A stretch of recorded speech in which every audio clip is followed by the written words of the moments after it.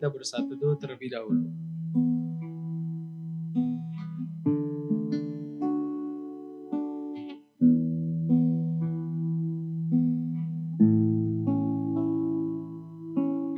Amin.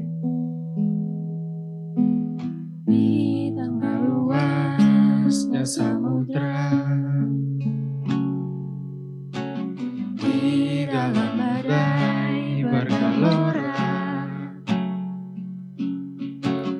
Kaulah jangkar hidupku. Sekalipun ku goyah, firman-Mu terangi langkahku. Sumber damai dalam hidupku. Ku aman di dalam-Mu. Nyertaan-Mu sempurna, sepasti mentari bersinar, begitu pun janji-Mu. Dalam segala perkara Engkau turut bekerja.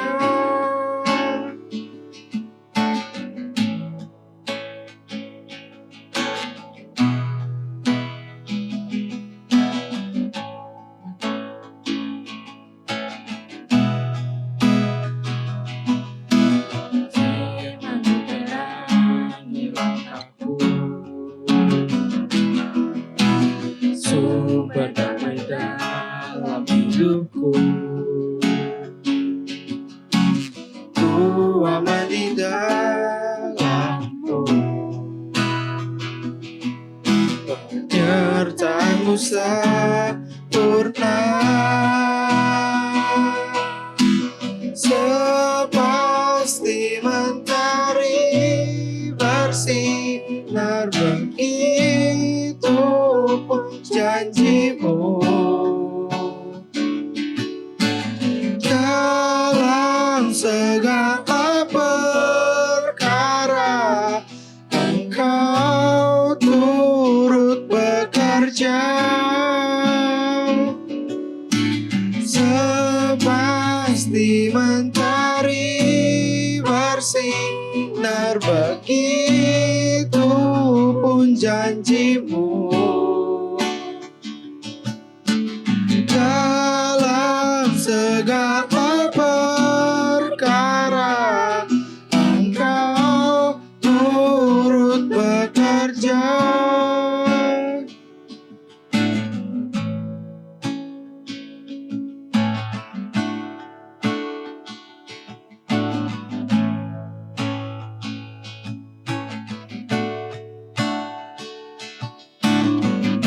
Perisai pelindungku, batu karang yang teguh, benteng pertahananku. Kaulah Tuhan, Kaulah Raja. Perisai pelindungku, batu karang yang teguh, benteng pertahananku. Kaulah Tuhan, Kaulah Raja.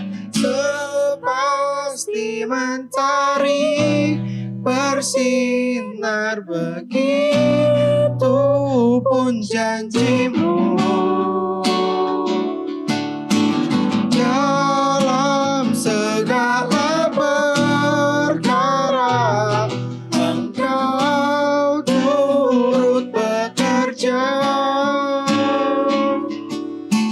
sepasti mentari bersinar, begitu pun janji-Mu.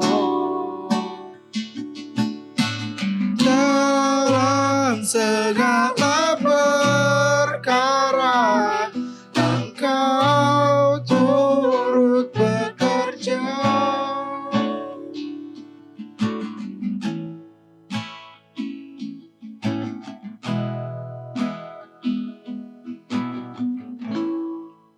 Tuhan. Terima kasih ya Tuhan, Kau telah memberikan kita semua kesempatan untuk beribadah lagi kepadamu ya Tuhan. Tuhan, tolong ya Tuhan berkati ibadah ini dari awal hingga akhirnya ya Tuhan.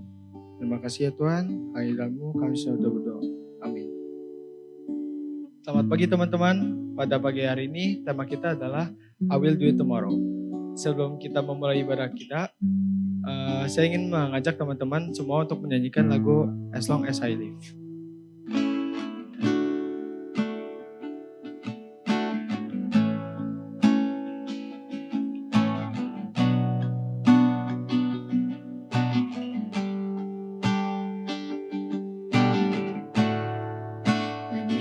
Enter in your place with all the weak and strong and young and old, the rich and poor and tired souls. Lift my worries on the floor and let my faith be strong as I'm covered by your grace above and love so strong. Now I lay down my life to honor and worship in this place. And I'm down on my knees to bring this offering and praise. Holy, holy God Almighty, the earth be filled with peace and glory, mercy, grace, and love surround me. Your name be honored as long as I live.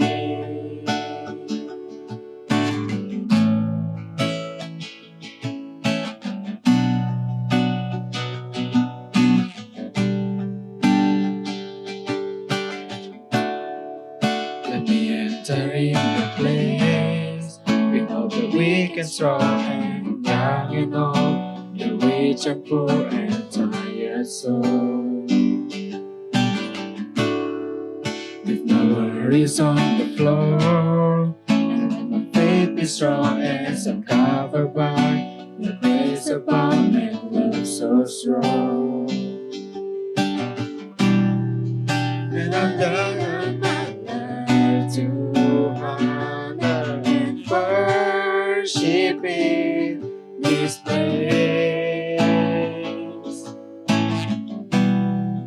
And I'm down on my knees to bring this offering and praise.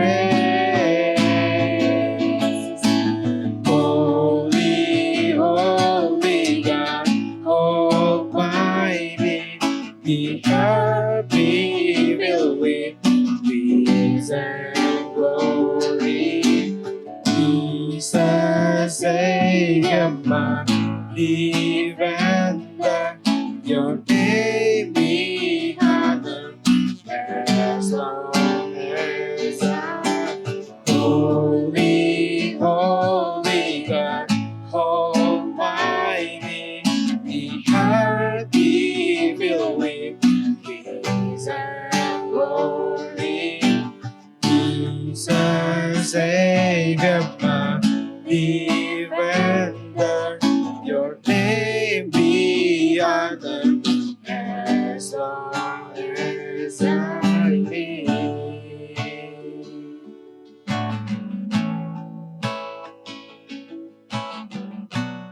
Shalom teman-teman PRMI yang terkasih, hari ini kita akan membahas satu tema tentang I'll do it tomorrow. Mari sebelum kita mendengarkan firman Tuhan, kita bersatu di dalam doa. Mari teman-teman kita berdoa. Bapa di surga, kami sungguh bersyukur ya Tuhan untuk kesempatan yang indah di mana kami boleh berjumpa dengan Tuhan melalui ibadah online pada hari ini. Dan pada saat ini ya Tuhan, kami ingin mendengarkan firman Tuhan. Tolong Tuhan berikan kami hati, pikiran dan telinga yang mau mendengarkan firman-Mu dari awal hingga akhirnya ya Tuhan.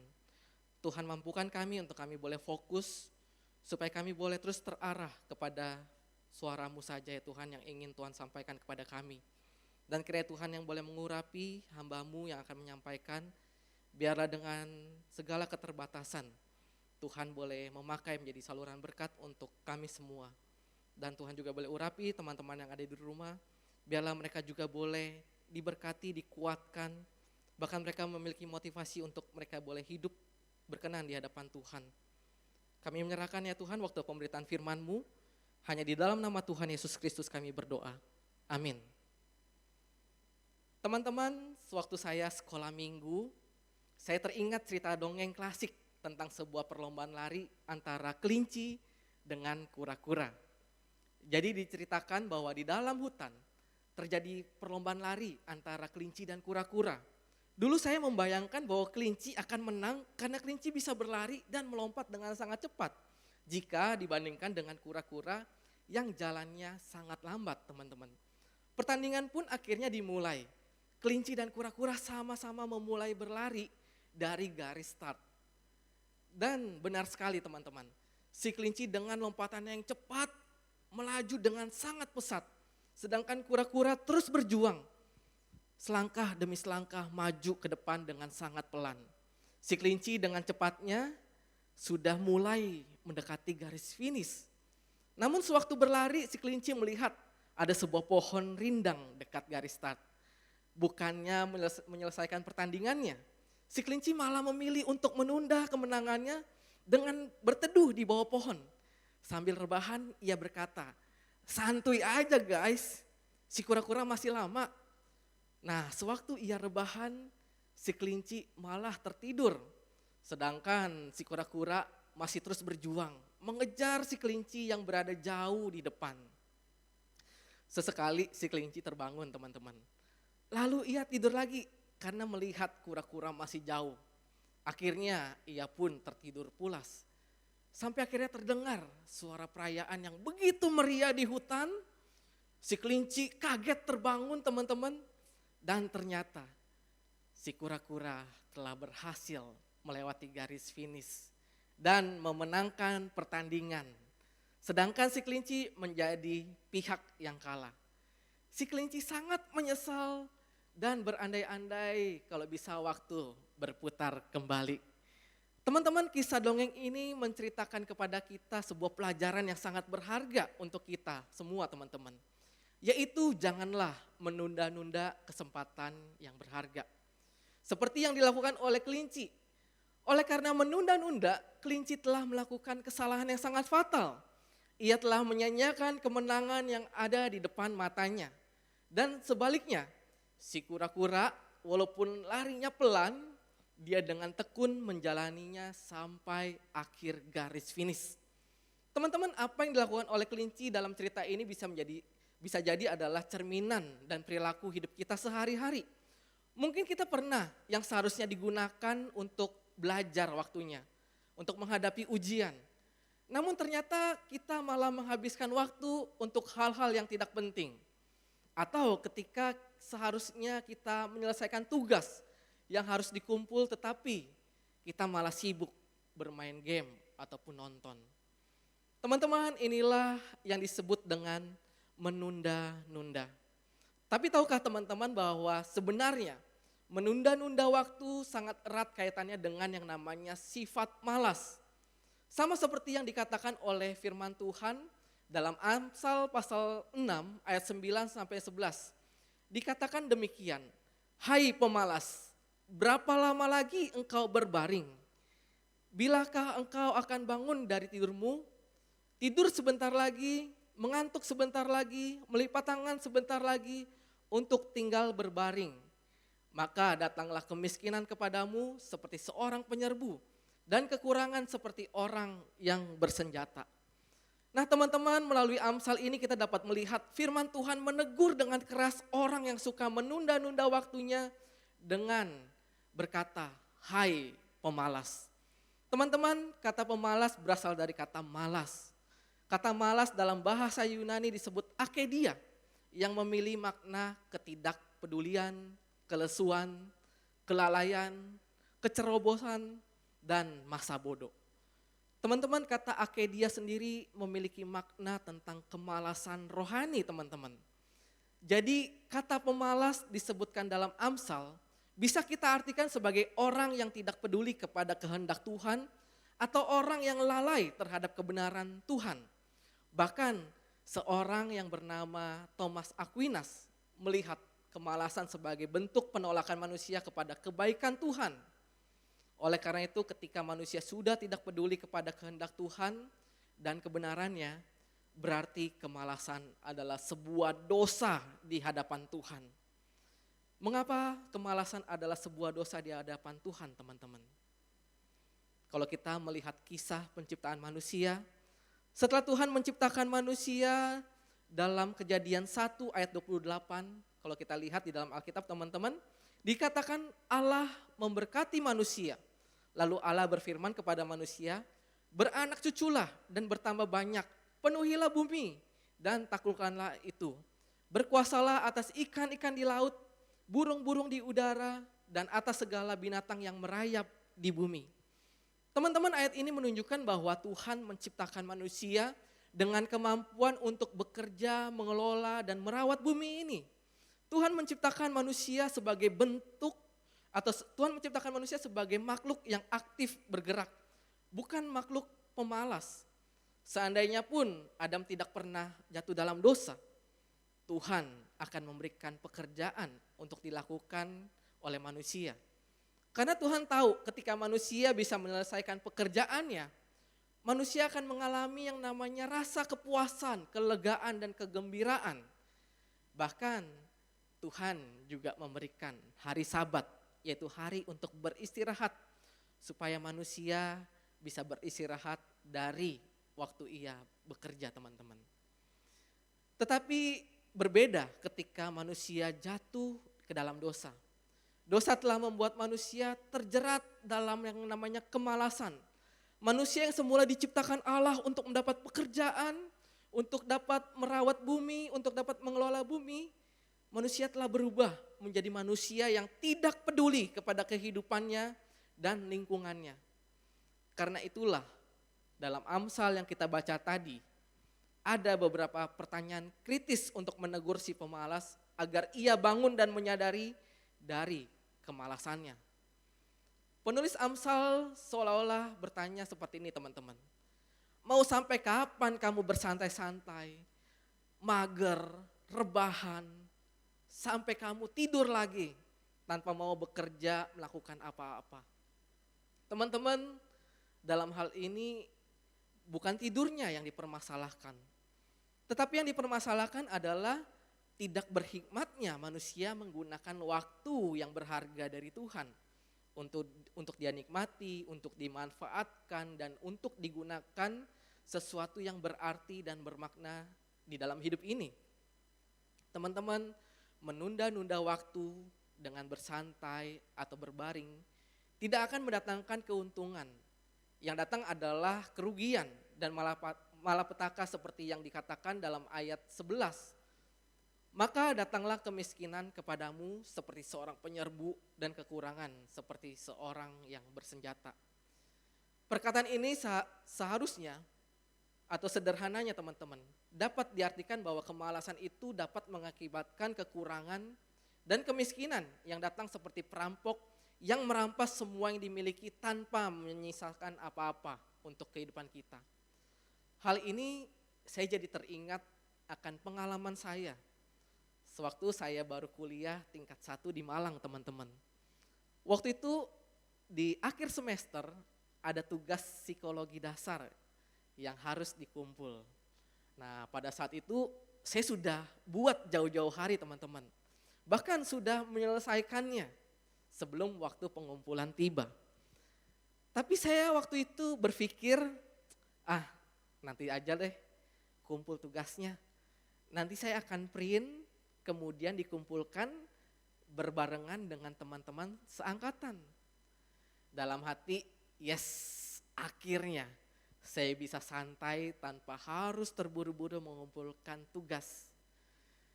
Nah, teman-teman, sampai akhirnya suatu hari saya ditelepon oleh dosen psikologi itu. Saat itu saya ditanya, Budi, kenapa kamu belum mengumpulkan tugas? Padahal sudah 3 hari waktu untuk dikumpulkan. Kamu sudah terlambat. Teman-teman, ketika saya menerima telepon dan mendengar kabar itu, saat itulah saya tersadar bahwa saya terlalu meremehkan keadaan dengan bersantai-santai, teman-teman. Di saat itulah saya merasakan waktu itu menjadi musuh yang terus berputar, dia tidak mau berhenti. Saat itu saya seperti dikejar-kejar sesuatu yang menakutkan. Sampai jantung berdebar-debar ketika mendengar bahwa saya ternyata terlambat mengumpulkan tugas tersebut. Akhirnya saya segera print tugas tersebut dan mengumpulkannya. Ketika saya kumpulkan, dosen itu memberitahu bahwa akibat dari keterlambatan pengumpulan tugas, maka nilai akan dipotong. Dan benar teman-teman, akibatnya saya mendapat nilai C karena saya menunda-nunda pengumpulan tugas tersebut. Aduh teman-teman, sungguh benar apa yang dikatakan oleh Amsal tadi ya teman-teman ya. Kemalangan akan datang seperti perampok yang merampas apa yang seharusnya kita miliki. Pada saat itu saya sungguh-sungguh menyesal teman-teman. Saya sungguh-sungguh, wah kalau bisa saya memutar waktu, saya bisa kumpul lebih awal pada saat itu. Nah oleh karena itu teman-teman, bagaimana dengan kehidupan teman-teman saat ini? Apakah saat ini teman-teman hidup dalam gaya hidup yang menunda-nunda? Bagaimana ketika teman-teman bangun pagi untuk sekolah? Bagaimana teman-teman bangun pagi untuk beribadah? Apakah teman-teman ketika bangun kemudian mematikan alarm lalu kembali tidur sebentar lagi? Apakah teman-teman datang tepat waktu ketika teman-teman masuk sekolah ya walaupun kelas online? Apakah teman-teman juga mengerjakan dan mengumpulkan tugas tepat pada waktunya? Lalu bagaimana dengan kehidupan teman-teman bersama dengan Tuhan? Apakah teman-teman juga menggunakan waktu yang ada untuk Tuhan melalui membaca Alkitab, berdoa, mengikuti pembinaan, beribadah, dan mau melayani Tuhan? Atau teman-teman berkata, males kok, nanti dulu, lebih baik saya belajar atau main game, atau saya beristirahat, buat Tuhan nanti aja kok urusannya. Teman-teman, ada satu perkataan yang sangat baik dari Bapak Gereja yang bernama Agustinus tentang kemalasan. Agustinus berkata demikian, kemalasan adalah sebuah respon penolakan kepada sebuah kesempatan untuk kita bertumbuh, melayani, atau berkorban. Ingatlah teman-teman, ketika kita menunda-nunda hidup kita untuk Tuhan, berarti kita juga sedang menunda-nunda untuk bertumbuh dalam iman dan menunda melayani Tuhan dan sesama. Teman-teman, hal ini seperti perumpamaan talenta Tuhan yang Tuhan Yesus ceritakan dalam Matius 25 ayat 14 sampai 30. Dikatakan seorang tuan sebelum pergi, dia memberikan kepada 3 hambanya talenta. Hambanya ada yang mendapatkan 5 talenta, ada yang mendapatkan 3 talenta, dan 1 talenta. Hamba yang menerima 5 talenta mengusahakannya dan ia mendapatkan 5 talenta. Begitu juga dengan hamba yang kedua teman-teman, yang menerima 3 talenta. Ia juga mengusahakannya dan mendapatkan 3 talenta lagi. Tetapi berbeda dengan hamba yang mendapatkan 1 talenta. Apa yang dilakukan teman-teman? Ia menunda mengusahakannya dengan mengubur talentanya di dalam tanah. Dan ketika tuannya itu kembali, hamba-hambanya itu dikumpulkan dan diminta untuk memberikan laporan. Hamba yang mendapatkan 5 talenta dan yang 3 talenta juga teman-teman memberi laporan bahwa mereka telah menghasilkan talenta yang sama seperti tuannya berikan. Yang 5 mendapatkan 5, yang 3 mendapatkan 3. Lalu apa yang dikatakan oleh sang tuannya kepada hamba itu teman-teman? Dikatakan bahwa hamba itu adalah hamba yang baik dan setia. Tetapi bagaimana dengan hamba yang menerima 1 talenta? Ketika ditanya, mana talenta kamu? Hamba yang menerima 1 talenta itu berkata bahwa ia menunda untuk mengusahakannya. Lalu apa yang terjadi teman-teman? Di dalam Matius 25 ayat 26 dikatakan oleh tuannya bahwa hamba ini adalah hamba yang jahat dan malas. Dan kemudian hamba ini dicampakkan ke dalam kegelapan yang paling gelap. Teman-teman ingatlah sekali lagi bahwa kemalasan itu bukan saja tentang kita tidak melakukan apa-apa secara fisik, tetapi juga kita tidak melakukan apa-apa secara rohani bagi Tuhan. Ketika kerohanian kita atau kerohanian kita atau dalam iman kita Tuhan berikan ya teman-teman ya, melalui iman, karunia, bakat kepada kita diberikan oleh Tuhan. Lalu kita kubur dalam-dalam, kita tidak mengusahakannya, kita tidak memberikan pertumbuhan, kita tidak mengembangkannya. Tentu kita sama seperti hamba yang menerima 1 talenta itu teman-teman. Yang Tuhan Yesus katakan sebagai hamba yang jahat dan malas. Pada hari ini teman-teman tentu Tuhan mau kita bisa menjadi serupa dengan Kristus. Kristus ketika di dalam dunia, ia pun bekerja teman-teman. Ia melayani banyak orang. Dan Kristus tidak pernah bermalas-malasan. Seperti yang Tuhan katakan di dalam Yohanes 5 ayat 17, Tuhan Yesus berkata demikian, Bapakku bekerja sampai sekarang, maka aku pun bekerja juga. Dan kalau kita lihat, Kristus memberi keteladanan, yaitu ketaatan dan kesetiaannya untuk mengerjakan misi Allah Bapa sampai Kristus mati di atas kayu salib. Untuk menyelamatkan kita semua dari dosa. Bahkan Roh Kudus yang Tuhan utus, yang Tuhan berikan di dalam hati kita masing-masing. Roh Kudus pun bekerja teman-teman. Seperti dalam Roma 8 ayat 26a dikatakan bahwa Roh membantu kita dalam kelemahan kita. Yang berarti Roh Kudus bekerja memperlengkapi apa yang menjadi kekurangan di dalam hidup kita teman-teman. Teman-teman, yang jadi pertanyaannya saat ini untuk engkau dan saya, mana yang kita pilih? Menjadi anak Tuhan yang taat dan setia kepada kehendak Tuhan, atau kita menjadi hamba yang jahat dan malas?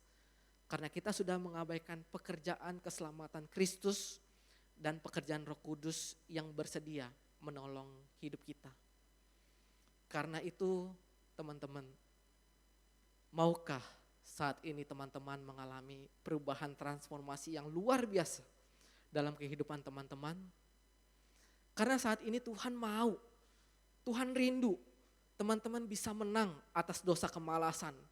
Baik itu kemalasan secara jasmani dan malas rohani, serta malas secara pikiran kita teman-teman. Karena itu untuk kita bisa menang melawan dosa, kemalasan, Tuhan mau kita belajar dari satu binatang yang sangat kecil, yang sangat sederhana, yang sering kali kita abaikan, yaitu belajar dari semut. Dalam Amsal pasal 6 ayat 6-8, firman Tuhan berkata, Hai pemalas, pergilah kepada semut, perhatikanlah lakunya dan jadilah bijak. Biarpun tidak ada pemimpinnya, pengaturnya atau penguasanya, ia menyediakan roti di musim panas dan mengumpulkan makanannya pada waktu panen. Teman-teman, disinilah firman Tuhan meminta kepada kita untuk memperhatikan pola hidup si semut. Kira-kira apa yang dapat kita pelajari dan langsung kita lakukan dari cara hidup si semut teman-teman. Sehingga dengan hikmat kita bisa keluar dari rasa malas. Teman-teman yang terkasih dalam Tuhan, kalau kita bisa melihat apa sih yang dapat kita pelajari dari si semut.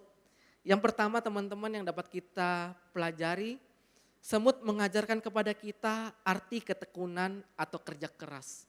Semut walaupun badannya kecil, tetapi ia bisa membawa sesuatu yang lebih besar dari dirinya tanpa mengeluh.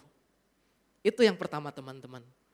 Lalu yang kedua, semut juga mengajarkan kepada kita artinya disiplin. Kalau kita amati bagaimana semut bekerja, mereka bisa berbaris ya dengan begitu rapi. Padahal tidak ada yang mengatur mereka dan mengawasi mereka. Oleh karena itu teman-teman, kita pun juga boleh belajar dari semut untuk disiplin. Kemudian yang ketiga, semut mengajarkan kepada kita artinya fokus mempersiapkan masa depan. Pertanyaannya, bagaimana kita mempersiapkan masa depan dengan baik teman-teman? Bagi semut, dengan mempersiapkannya dari saat ini, bukan menunda nanti atau besok. Oleh karena itu, si semut dari jauh-jauh hari, ya, dia mempersiapkan roti di musim panas dan bahan makanan di musim panen. Agar mereka ketika menghadapi musim dingin, mereka memiliki makanan yang sangat banyak. Jadi untuk itu teman-teman, kita bisa meninggalkan kemalasan kita. Kita perlu ketekunan, kita perlu kerja keras, kita perlu disiplin, dan kita perlu fokus kepada mempersiapkan masa depan kita. Kita belajar dari si semut.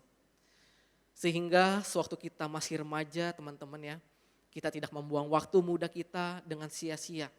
Kita juga tidak menunda-nunda hingga waktu tersisa sedikit. Melainkan kita juga dapat mengerjakan setiap tugas dan tanggung jawab kita.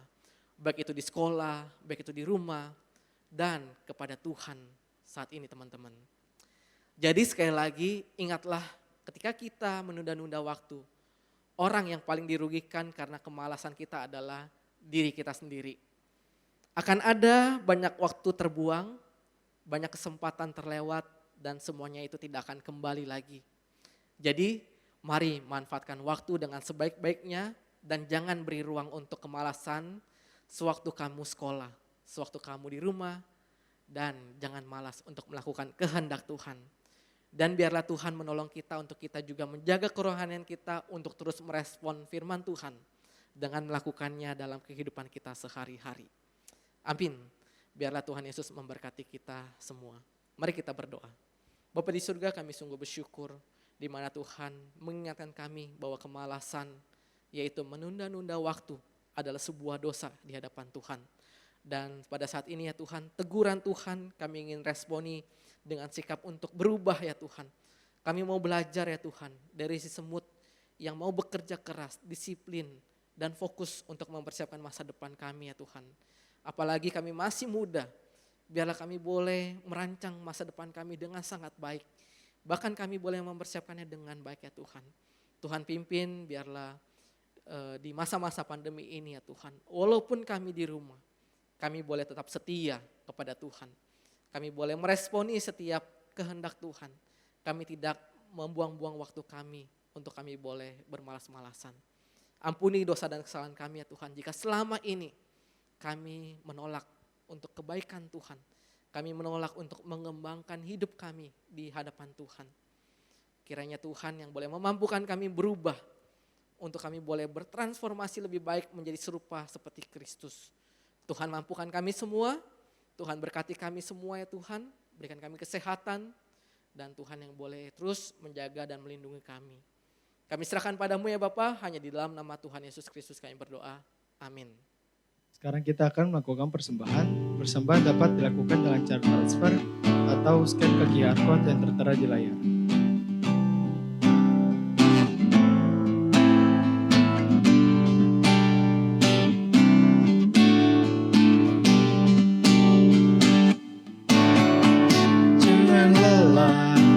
Bekerja di ladangnya Tuhan, Roh Kudus yang beri kekuatan, Dia mengajar dan menopang. Tiada lelah bekerja bersamamu Tuhan, dan selalu mencukupkan atas segalanya.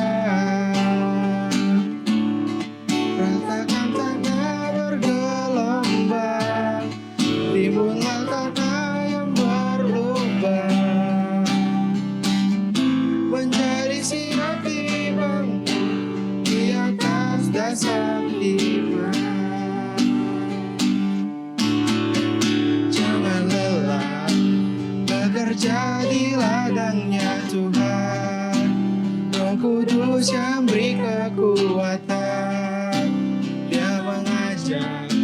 tak menopang.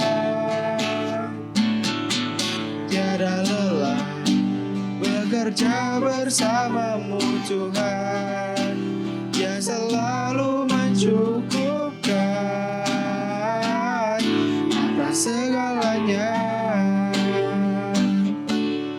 Ratakan tanah bergelombang, timbunlah tanah yang berlubang, menjadi siap dibangun di atas dasar iman. Ratakan tanah bergelombang, timbunlah tanah yang berlubang, menjadi siap dibangun di atas dasar iman.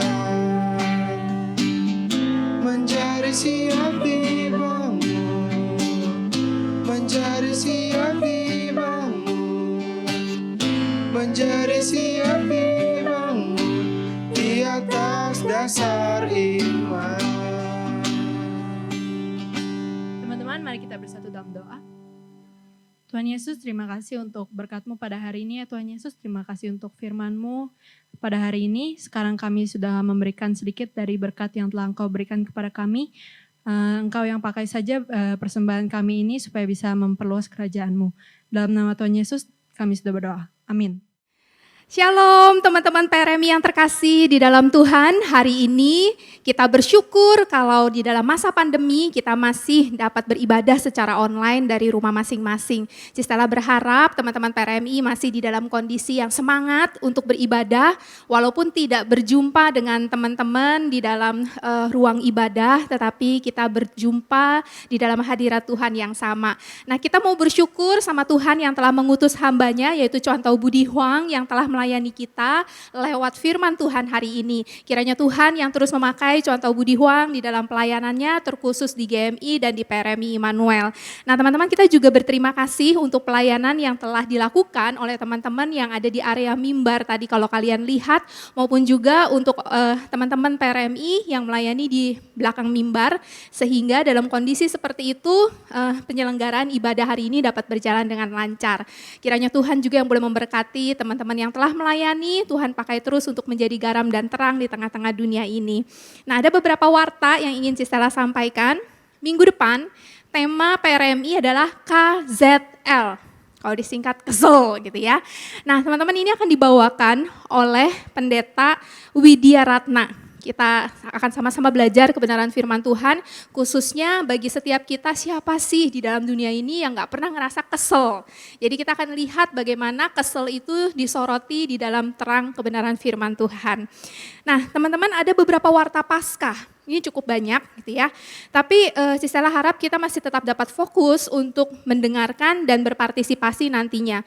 GMI Immanuel telah menyelenggarakan dan mempersiapkan rangkaian ibadah dari Jumat Agung sampai Paskah. Yang pertama itu tanggal 31 Maret ada Praise and Prayer. Jam 7 malam teman-teman diundang untuk kita sama-sama ikuti dari rumah masing-masing dari channel YouTube GMI Immanuel. Demikian juga untuk tanggal 1 April ada A Night of Reflection, itu juga sama jam 7 malam. Dan teman-teman, berikutnya lagi akan ada perjamuan kudus di hari Jumat Agung. Teman-teman, persiapkan hati kita untuk sama-sama belajar kebenaran firman Tuhan. Temanya akan dibawakan oleh Pendeta Hendra G. Mulya dengan tema Mission Impossible. Misi yang impossible yang seperti apa yang akan dikupas oleh Pendeta Hendra G. Mulya, kita akan bergabung dengan seluruh jemaat umum untuk sama-sama beribadah tanggal 2 April hari Jumat jam 10 pagi sampai jam 12 siang. Lalu kita akan merayakan kemenangan Kristus atas kematian pada hari Minggu Paskah. Temanya adalah Mission Accomplished. Nah teman-teman, ini ada 2 kali kebaktian. Kebaktian umum yang pertama itu jam 8 akan dibawakan oleh Reverend John Ong. Tetapi ada juga kebaktian umum yang kedua.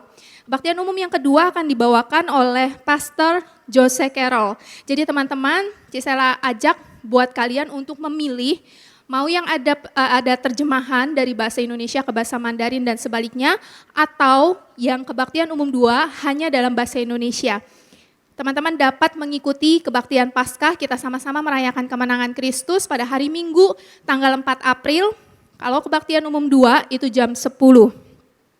Teman-teman, berikutnya pengumuman yang akan Cistela sampaikan adalah hari ini itu adalah hari terakhir dari challenge di bulan Maret yang sudah diumumkan minggu kemarin.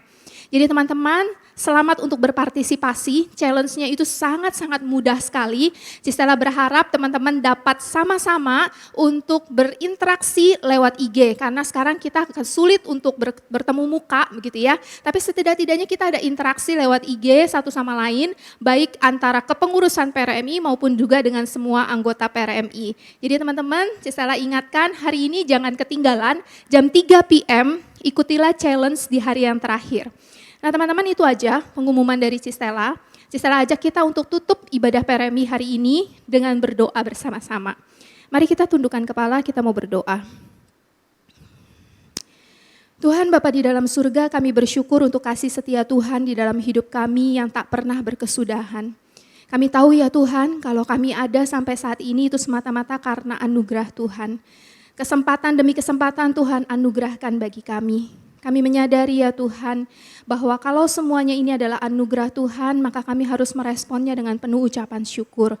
Tapi betapa seringnya ya Tuhan, di dalam hidup ini kami menunda-nunda bahkan untuk bersyukur kepada Tuhan. Kami merasa bahwa segala sesuatunya itu sudah selayaknya kami terima. Nafas yang kami dapat, kesehatan dan kekuatan yang kami dapat, seakan-akan semuanya itu adalah hutang Tuhan bagi kami. Tetapi ya Tuhan, pada hari ini kami datang kepadamu dengan bersyukur. Engkau adalah Allah pencipta kami, Engkau adalah Allah yang maha kuasa. Tetapi Engkau juga Allah yang mengasihi kami dan Engkau setia untuk membimbing kehidupan kami hari lepas hari. Kami menyadari ya Tuhan, dunia tempat kami hidup penuh dengan tantangan, penuh dengan masalah, penuh dengan godaan.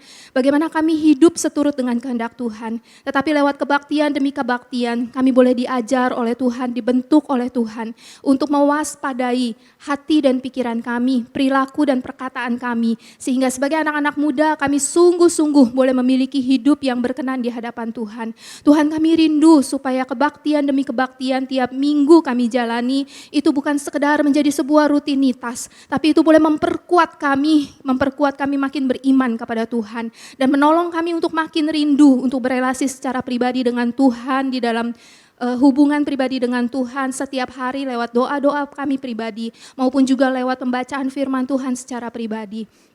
Kami berdoa ya Tuhan untuk setiap orang-orang yang ada di sekitar kami. Biarlah ya Tuhan setiap orang-orang itu boleh sungguh terberkati lewat kehadiran kami di tengah-tengah mereka.